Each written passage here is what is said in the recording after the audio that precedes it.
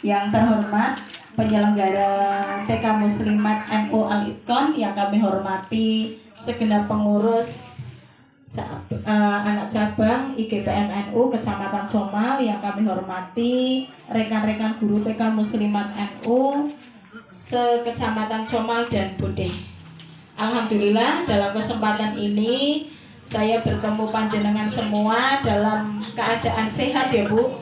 Walaupun pada saat ini Bu Mumet apa masalahnya ketemu teman-teman, alhamdulillah senang. Nah kalau senang itu akan meningkatkan imunitas, tambah sehat alhamdulillah.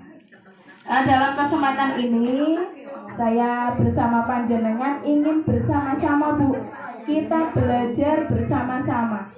Di sini saya bukan tutor, bukan gurunya panjenengan, tetapi saya yang telah mendapatkan ilmu lebih dahulu karena ya entah kebetulan atau apa, saya mengikuti seleksi ya mengalir saja. Ternyata kok tahap 1 lulus, terus tahap 2 juga lulus. Nah akhirnya mengikuti pendidikan sampai sekarang yang sekarang sudah berjalan 2 bulan. Nanti selesainya Desember karena kemarin budaya. Pasti panjenengan ya sudah familiar sekali ya Bu. Namanya budaya. Budaya itu ya kebiasaan-kebiasaan.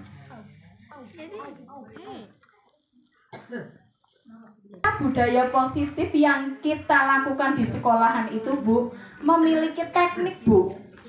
Karena menempuh budaya positif itu dengan strategi-strategi. Nah ini akan saya sampaikan ya Bu. Mungkin ini agak panjang, tidak apa-apa sambil nanti menunggu waktunya istirahat dan Bu Nailul juga belum hadir. Nah untuk apa sih kita mempelajari budaya positif? Nah yang pertama adalah memahami pentingnya mengetahui kebutuhan belajar dan lingkungan yang memfasilitasi seluruh individu di sekolah. Jadi kita memfasilitasi anak-anak kebutuhannya bagaimana. Nah terutama kebutuhan bagi anak itu apa Bu? Bermain. Bermain itu tujuannya biar apa Bu? Belajar. Nah selain belajar itu kebutuhan bermain itu yang paling pokok itu sebenarnya anak itu senang. Nah belajarnya itu kan anak-anak kan secara tidak sadar mereka itu belajar, tetapi sebenarnya bermain itu bagi anak tujuannya senang. Nah kalau bagi kita guru, anak diberi mainan, distimulasi biar anak-anak itu cerdas, ya, terampil. Tapi bagi anak itu mereka menganggap bermain itu ya senang, seperti itu ya Bu. Memfasilitasi kebutuhan individu. Kemudian panjenengan yang hadir di sini bisa mengajak teman-teman bareng-bareng, ayo bareng-bareng membuat rancangan budaya positif. Apa saja sih rancangan budaya positif?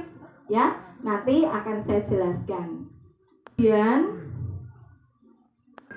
coba kalau misalnya ya, saya pernah nggak kita main suatu saat main ke delong dibuka nggak akan kena tak kit delong dibuka kuat apa anda ini. Nah terus lah sekuat-kuat lah menurut jenengan supaya bisa melepaskan tangannya temannya itu jenengan caranya bagaimana? Tekniknya sendiri menurut Bu Tuti didik-didik. Terus sama-sama anak kecil Bu. Kalau dulu pernah saya ingat waktu kecil masih niku dipendetaki kotoran lah lepas ya. Terus ada yang emosian misalnya dengan cara diancam. Nah itu kan dengan berbagai cara. Ini paradigma untuk mempengaruhi orang ya Bu, dengan cara mengancam, dengan cara menggelitik, dengan cara merayu. Buka nggak tak paringi permen ya kan, bermacam-macam cara. Nah dari cara-cara tersebut nanti kita akan mengupas. Nah yang selanjutnya ini tentang disiplin positif. Menurut jenengan disiplin itu apa Bu? Menurut jenengan disiplin itu apa? versi saya, disiplin itu melakukan segala sesuatu dengan tepat, teratur. Dia sudah kebiasaan sesuai dengan waktunya, sesuai dengan tempatnya, harus sesuatu seperti itu kurang lebih. Monggo. Adakah pandangan yang lain disiplin itu apa? Kita sudah sering ya familiar sekali. Kamu kok itu sih tidak disiplin? Nah, itu ya. Oh, anak itu disiplin sekali. Ayo Bu, monggo yang lain. Disiplin menurut saya kurang lebih hampir sama Bu ini. Bu ini? Ya. Oh, Bu Siti, ampun ya. Disiplin adalah melakukan segala sesuatu sesuai dengan tempat, waktu, dan aturannya. Begitu. Itu menurut mindset kita, tepat waktu, menaruh sesuatu pada tempatnya, ya Bu. Membuat sepatunya harus hitam, berarti hitam, ya. Upacara harus memakai topi, berarti memakai topi. Makna asal dari kata ini berkonotasi dengan disiplin diri dari murid-murid Sokrates dan Plato. Disiplin diri membuat orang menggali potensinya menuju sebuah tujuan, apa yang dia hargai. Nah, berarti disiplin itu tujuannya adalah agar kita itu dihargai oleh diri sendiri maupun dihargai oleh orang lain. Nah, satu misal nih, sudah kesepakatan, ya. Kalau pertemuan IGPM seragamnya batik, jilbabnya putih, roknya hitam. Lah terus ada yang rebutan mau pakai kaos kaki, Bu. Lah kok kaos kakinya sudah dipakai?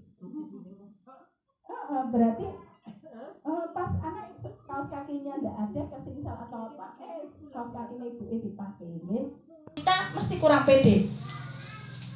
Teko terus wong kudunge kok wingi bar dinggo dereng dicuci terus mendung padahal nono sing takon itu kan salah satu bahwa kita itu jadi tidak pede, ya. Kita merasa tidak dihargai temannya, pokoknya kurang percaya diri. Nah, ternyata disiplin itu dimaknai sebagai belajar, Bu, untuk menggali potensi kita supaya menjadi lebih baik.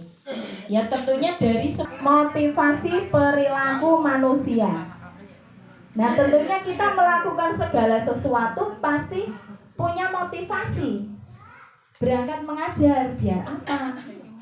Ya karena kewajiban mengajar, kalau nggak berangkat nanti ditegur kepala sekolah misalnya, seperti itu ya. Itu adalah motivasi eksternal, berarti ya motivasi yang datangnya dari luar. Kalau hari ini saya nggak ada apa-apa terus nggak berangkat hanya karena ada kepentingan yang tidak maksudnya ada halangan yang tidak begitu penting terus nggak berangkat, itu karena takut ditegur kepala sekolah misalnya, seperti itu kan motivasi eksternal.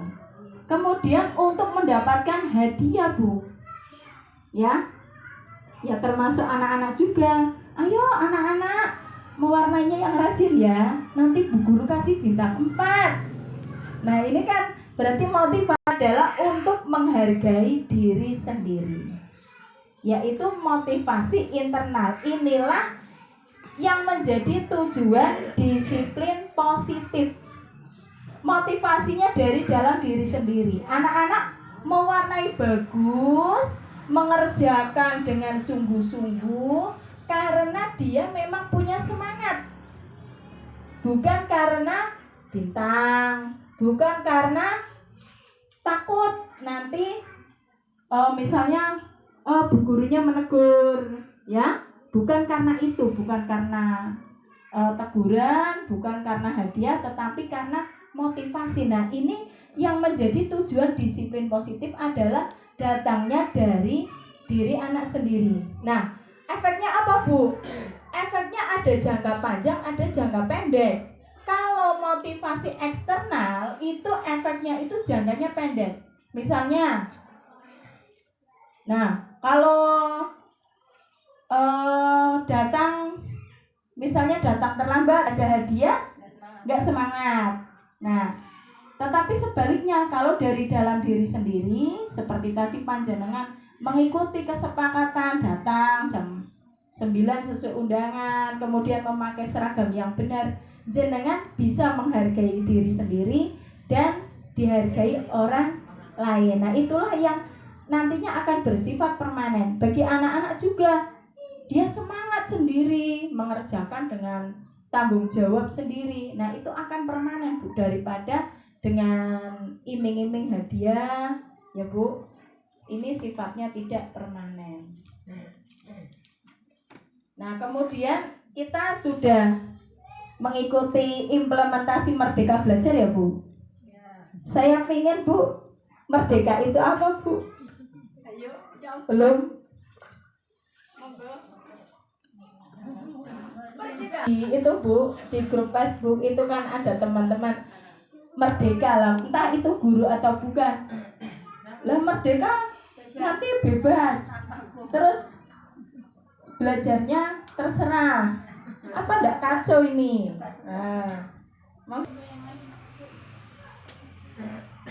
Ayo semangat, merdeka itu Bu Tutik nggih, Bu Tutik pakare. Napa malih Bu? Merdeka bebas. Nah, merdeka, ini merdeka menurut Ki Hajar Dewantara Bu. Merdeka itu artinya tidak hanya terlepas dari perintah, akan tetapi juga cakap buat memerintah diri sendiri Bu. Ini selaras sejajar ya Bu dengan konsep kita bahwa kita sebagai umat muslim juga harus bisa mengendalikan diri ya Bu, menahan diri, mengatur diri sendiri ya. Berarti merdeka itu kita dapat memerintah diri sendiri termasuk dalam kedisiplinan.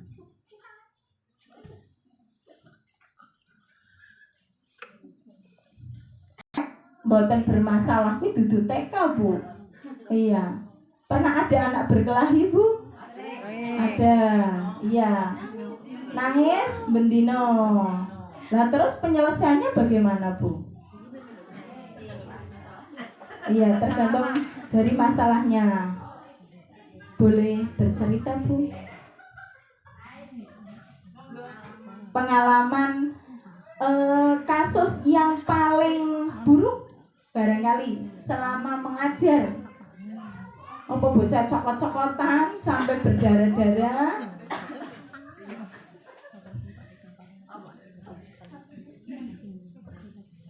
Monggo Bu, sharing Bu. Barangkali kan di TK saya belum pernah lah, nanti kan saya kan tahu.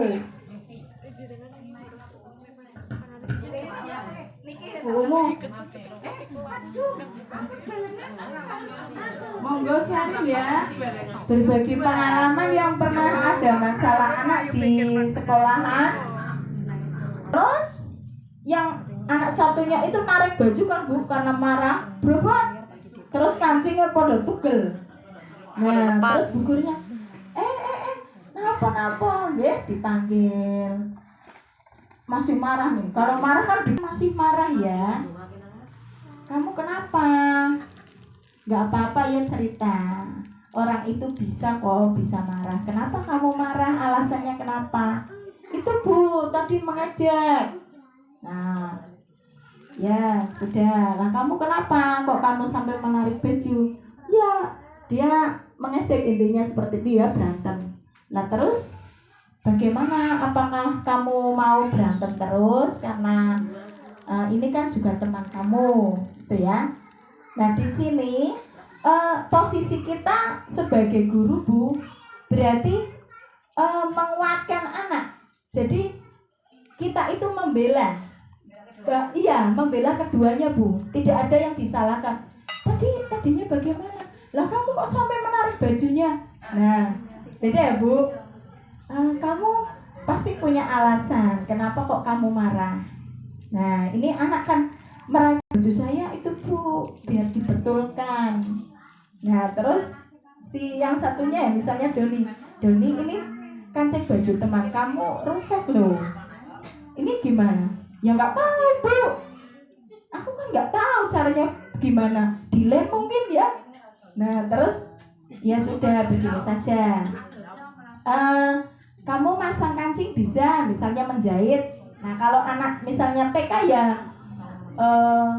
misalnya mainannya apa, dibetulkan, dibantu dilem atau bagaimana ya Bu. Nah intinya itu mencari solusi Bu, tidak menyalahkan tetapi mencari solusi. Anak diminta berpikir bahwa dia dilatih untuk bertanggung jawab. Nah itu yang namanya restitusi Bu. Setelah kita membela anak ya Bu, menguatkan identitas, kemudian kesepakatannya apa ya, misalnya anak-anak misalnya harusnya kan makan itu waktu istirahat ya Bu ya. Iya pasti ada ya Bu, di kelas saya juga ada Bu, satu ngemil terus iya Bu, ngemil terus. Nah itu ditanya Bu, kesepakatannya apa ya? Itu Bu, kalau belajar nggak boleh makan di kelas. Nah itu sudah tahu. Terus menurut kamu gimana? Mau mengulangi lagi apa mau lebih baik lagi? Iya Bu, besok nggak makan di kelas lagi. Nah berarti setelah anak itu kenapa kemudian dikembalikan Bu, bukan peraturan kelas tetapi kesepakatan itu dibuat bersama-sama. Biasanya saya kalau awal tahun pelajaran baru bersama anak-anak, bareng-bareng anak-anak supaya kita itu belajarnya nyaman, anak-anak pintar-pintar, kita membuat kesepakatan ya. Misalnya makan itu kapan ya? Istirahat Bu Guru. Ya, berarti kalau makan waktu istirahat. Terus kalau mau keluar kelas, izin. Nah, ada beberapa kesepakatan itu. Nah, dikembalikan. Iya Bu, besok tidak akan mengulangi lagi. Itu adalah kesepakatan. Ya Bu, itu namanya restitusi. Beda sama hukuman. Kalau hukuman perhatikan enggak ya Bu. Kalau kamu kan makan di dalam kelas, kamu berdiri pakai satu kaki. Nah, biasanya di SD Bu, pernah Bu saya mengalami. Ya bukan saya, maksudnya teman saya Bu. Jewer-jeweran mubeng Bu. Ya Allah, sampai kuping abang morang-morang. Nggak tahu itu tujuannya apa Bu. Kalau sekarang kan nggak benar ya Bu. Itu kan hukuman. Nah hukuman itu akan menimbulkan. Nah itu bedanya hukuman, restitusi, kemudian pemantau. Pemantau itu ya itu dengan nilai. Kalau mewarnainya nggak rapi, bintangnya 1. Itu kan memantau ya Bu, selalu mengawasi, jadi pengawas seperti itu. Nah kiranya itu ya Bu, semoga bermanfaat bagi kita semua. Satu lagi Bu, berarti budaya positif itu perlu dirancang Bu. Berarti bersama-sama rekan-rekan, bersama kepala sekolah, kita mau merancang budaya apa di sekolah kita Bu. Misalkan membuang sampah di tempatnya, bertemu guru bersalaman, saling menghormati. Nah kalau saling menghormati otomatis kan tidak berantem ya Bu. Saling menyayangi. Nah kalau menyayangi kita ibarat makan, ini ya temannya nggak makan nih, kan ditawari. Itu adalah budaya. Saling menghormati, saling menyayangi. Nah terdengarnya apa? Terdengar kalau orang menghormati bicaranya ngotot atau pelan Bu? Pelan. Tapi kalau tidak menghormati kan bicaranya kan keras. Nah itulah budaya positif ya Bu. Nah semoga apa yang saya sampaikan bermanfaat. Mudah-mudahan Ibu tidak bosen karena saya ngomong panjang lebar dari utara sampai segala kekurangan.